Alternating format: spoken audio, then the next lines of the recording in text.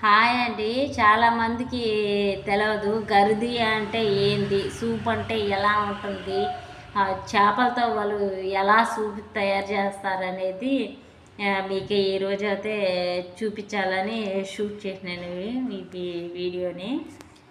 ఆ, ఈ చేపను అయితే క్లీన్ చేసినాక ఇలాగా చేప లివర్ కానీ తల కానీ మొత్తం అన్నీ కలిపి క్లీన్ చేసేసి ఇలా వాటర్ వేసి బాగా ఉడికిస్తారు. సాల్ట్ వేసి బాగా ఉడికించినాక ఇలా పొంగంతా వచ్చినాక ఆ పొంగు మొత్తం తీసేస్తారు.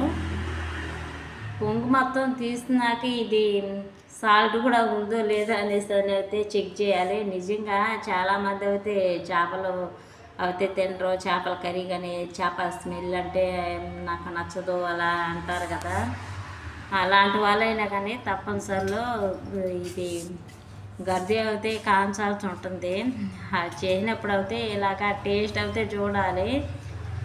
టేస్ట్ చూసి సాల్ట్ తక్కువైనా కూడా వేయాలి. చిన్నపిల్లలకి అయితే ఎక్కువ ఇదే పెడతారు. ఎందుకంటే ఇందులో పచ్చిమిర్చి కానీ ఉల్లిపాయలు కానీ ఏమి వేయరు.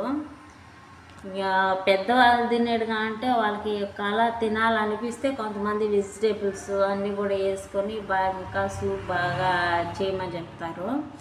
నార్మల్గా అయితే 2-3 డేస్కి అయితే ఇలాగా ఉడికిచ్చి మామూలుగా మార్నింగ్ కానీ నైట్ కానీ వేడి చేసి పెడతా ఉండాలి. వేడి చేసి పెట్టినప్పుడు ఇంక ఇలా రైస్లో అయితే వేసి పిల్లలకి అయితే పెడతారు. వాళ్ళకు కూడా ఇదే అండి కర్రీ. వాళ్ళైతే పెద్దగా కర్రీ అయితే ఇష్టపడరు. ఇలాగా సూపులతోనే వాళ్ళు తింటారు. ఇంక ఇలాగైతే ఉంటుంది చేపలు.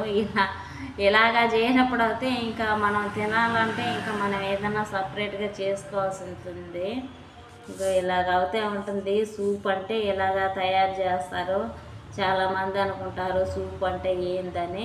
ఇలాగా ఉంటుంది. ఫిష్తో సూప్ ఇలా తయారు చేస్తారు.